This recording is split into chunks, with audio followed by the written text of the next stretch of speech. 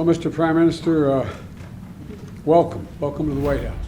جۆ بایدنیش باسی لە دووموچەکەی هەرێم کرد. ئەمە قسەی نەستەقی سۆشیال میدیا نییە. بەڵکو بەشێکە لە بەیاننامەی فەرمی کۆبوونەوەی جۆ بایدنی سەرۆکی ئەمریکا و محەممەد شیع سوودانی سەرۆکوەزیرانی عێراق. پێدەچێت بۆ یەکەم جار بێت سەرۆکێکی ئەمریکا بەو شێوەیە لە کۆبوونەوەیەکدا بچێتە وردەکاریەوە، بەتایبەت باسکردن لە دابەشکردنی موچە کە مافی هەموو فەرمانبەرێکە و ئەرکێکە لە ئەستۆی حکوومەتدا. بەڵام باسکردنی ئەو بابەتە لە بەیاننامەکەی سەرۆکی ئەمریکادا چەند ئاماژەیەک لە خۆ دەگرێت. یەکەم، ئاماژەیەکە بۆ گرنگی پێگەی هەرێمی کوردستان لە لای ئەمریکا، بەتایبەت لەم ئاڵۆزیانەی ڕۆژهەڵاتی ناوەڕاستدا، ئەگەر چی لە سەردەمی ئیداری دۆناڵد ترامپ و تا کۆتاییەکانی ئیداری بایدن ڕۆژهەڵاتی ناوەڕاست جێگەی سەرنجی سیاسەتی ئەمریکا نەبوو.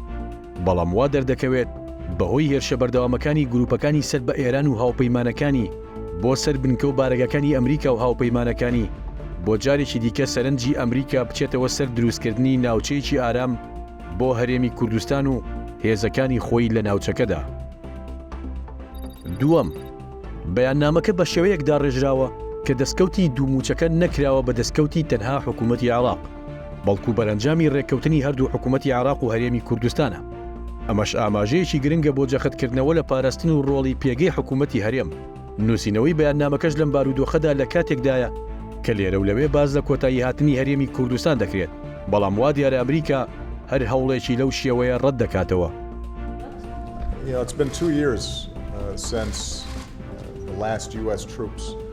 سێهەم، هەر لەو بەیاننامەیەدا جیاواز لە کۆبوونەوەی سەرۆکانی پێشووی ئەمریکا لەگەڵ سەرۆکوەزیرانی عێراق بە گرنگیەوە باز لە ڕۆڵی هێزەکانی هەرێمی کوردستان کراوە لە ڕووبەڕووبوونەوەی داعشدا. چوارەم، بە بۆچوونی بەشێک لە چاودێران ئەگەر چی باسکردنی ئەو وردەکاریانە ئاماژەیەکن بۆ پشتیوانی ئیداری بایدن بۆ هەرێمی کوردستان، بەڵام پێدەچێت هۆکارێکی دیکەی ئەوە پەیوەندی درێژخایەنی کورد و جۆ بایدن بێت. لە ساڵی 1998دا لە کۆبوونەوەیکی ئەنجومەنی پیران بایدن داوای ڕووخاندنی دەسەڵاتی سەدام حوسێنی کردووە. بایدن بەر لە ڕووخانی ڕژێمی بەعس و لە کۆتاییەکانی ساڵی 2002دا بەشدار بووە لە کۆبوونەوەیکی پەرلەمانی کوردستان.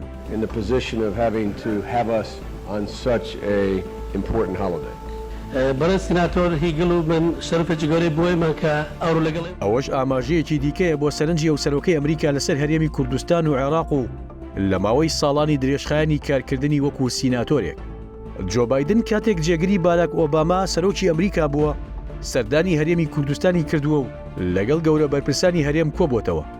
لەلایەکی دیکەوە سەردانی حەیدەر عەبادی سەرۆکوەزیرانی عێراق و لە کۆبوونەوەی لەگەڵ باراک ئۆباما سەرۆکی ئەمریکا هیچ ئاماژەیەک بە ڕۆڵی کورد نەکراوە.